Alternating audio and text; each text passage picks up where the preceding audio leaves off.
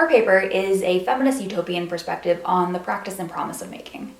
Our work is grounded in our experience as makerspace leaders and some of the questions and tensions that we faced, and our main contribution is about how feminist utopianism helps us answer some of those questions. As a case study, we also introduced statement making, which was a digital fabrication fashion show that we helped run. We look at it through the lens of feminist utopianism, and we reflect on what does this mean for the making phenomenon. We focus on the making phenomenon in the US, which we define to be this recent wave of enthusiasm for making, makerspaces, fab labs, etc. HCI has been interested in the making phenomenon in part because of a shared commitment to the promise of democratization. So because makerspaces enable people to create things for themselves, that means HCI is able to work towards democratization by supporting the making phenomenon, by designing tools, designing experiences, studying makers. But researchers have found that this promise of democratization has not yet been achieved. One problem is that makerspaces have various barriers to access, that women, people of color, people with lower incomes face greater challenges to participating. But despite these challenges, the optimism for makerspaces still remains. The question is, what exactly is the promise they bring, and what should we, either in HCI or in makerspaces, do to bring about that promise?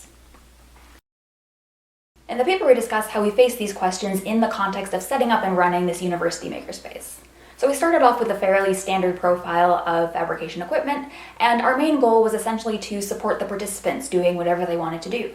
We figured we would observe what sort of use cases were emerging, we would use that information to deepen our own understanding of what was going on, and then we would make sure to support those kinds of endeavors.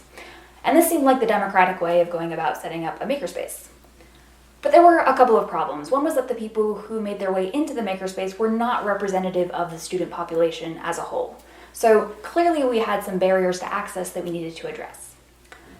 One way of doing that would be to sort of broaden the scope of what our makerspace was about, figure out what other kinds of conversations, what other kinds of ideas should we be supporting in there. But we did not know how to do that. And then even if we did know how to do that, we would not want to necessarily impose that one particular idea onto everybody else. So really we were left with this question of how do we balance our own values, our own agendas as makerspace leaders, with this open-endedness, with the democratized access that the making phenomenon is all about.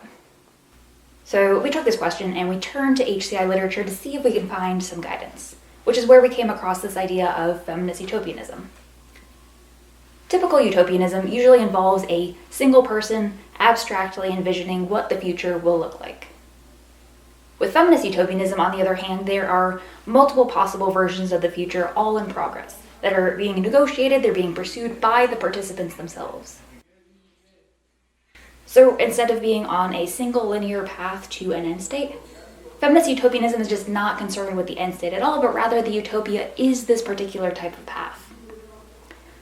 Erin McKenna offers a set of characteristics of the path. For example, flexibility is important. So it's okay if people have different opinions, but they need to be willing to change, willing to listen. Bringing us back to the makerspace. Feminist utopianism relieves us, as makerspace leaders, of having to figure out what the end goals of our makerspace are, and instead suggests that we think about cultivating a certain kind of path in the makerspace, one that's based on flexibility and participation. To understand how we might even go about doing that, and to understand what feminist utopianism might look like when it manifests in maker practice, we used statement making, which was a digital fabrication fashion show, as a case study. So I won't go into the details of the analysis now, but we conducted a series of interview studies with participants of this event, and we looked at them through the lens of feminist utopianism. One of the takeaways then for HCI researchers is that in addition to designing tools and experiences for makers, we can also think about designing to support a certain kind of path from emerging in the making phenomenon. And we suggest some specific ideas of what that might look like in the paper. And stepping back, so the making phenomenon is also but one example of an ecosystem that HCI studies and designs for. And it represents a particular vision of a certain type of relationship between humans and technology, a relationship that's all about democratization. But when we're trying to think about these broader relationships, these larger ecosystems, they exist at a scale that's really hard to understand and really hard to design for.